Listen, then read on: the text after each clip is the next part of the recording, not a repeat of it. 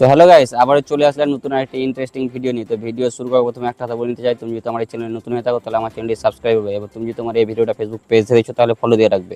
তো আজকের ঘটনাটা মূলত রামপুরহাট মেডিকেল কলেজ অফ হসপিটালে, সেখানে যখন মেয়েগুলো নাইট শিফটে কাজ করছিল তখন তারা যখন ফ্রেশ হওয়ার জন্য বাথরুমে যায় তখন তাদের গোপনীয় ভিডিও আপলোড বা শ্যুট করার অভিযোগ ওঠে ওই হসপিটালের কর্তৃপক্ষদের উপরে।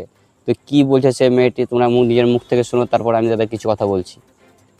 আর দেখছিল, ওরা সেটা লক্ষ্য করেছে কিনা জানি না, কিন্তু আমি যখন স্নান করতে গেলাম দেখলাম যে ওই জানলার ফাঁকে ভিডিও একটু আওয়াজ হওয়ার পর আমি দেখলাম যে একজন ভিডিও করছে আর তাকিয়ে আছে। আমি সঙ্গে সঙ্গে চিৎকার করার পরই উনি ছুটে চলে যান।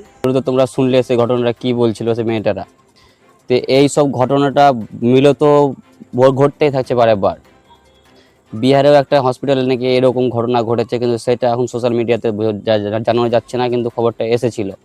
যেমন কলকাতাতে একটা ঘটনাটা ঘটেছিল আরজিকর হসপিটালে, সেখানেও সবাই মিলে আন্দোলন করেছিলেন, তখন হয়েছিল সব ভিডিওটা। কিন্তু এই ডাক্তারদের পেছনে এই সব কাণ্ডগুলো হচ্ছে কেন? নিশ্চয়ই সেখানে কোনো প্রশাসনিক আইন ব্যবস্থা ঠিক নেই, তার জন্য এই ঘটনা ঘটছে। না তো মেয়েদের বাথরুমে একটা ক্যামেরা লাগা যাত্রী এখানে কথা নয়।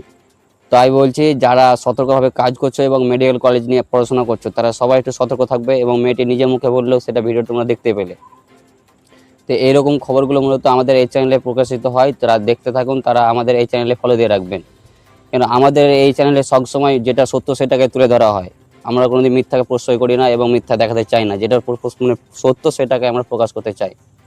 আমাদের খবর হয়তো একটু লেটে আসে, কিন্তু যেটা সত্য সেটাকে যাচাই করার পর আমরা ভিডিও শ্যুট করি। এই ঘটনাটা অনবরত ঘটতেই থাকছে, এইটা বাধা করা দরকার। তাই বলে সবাই মিলে আওয়াজ তুলো এবং ভিডিও শ্যুট করো, তা নাহলে এই কারেকশন বন্ধ হবে না। তো দেখা হচ্ছে তখন নতুন একটা ভিডিওতে, ততক্ষণ ভালো থাকবেন, সুস্থ থাকবেন। কাটো।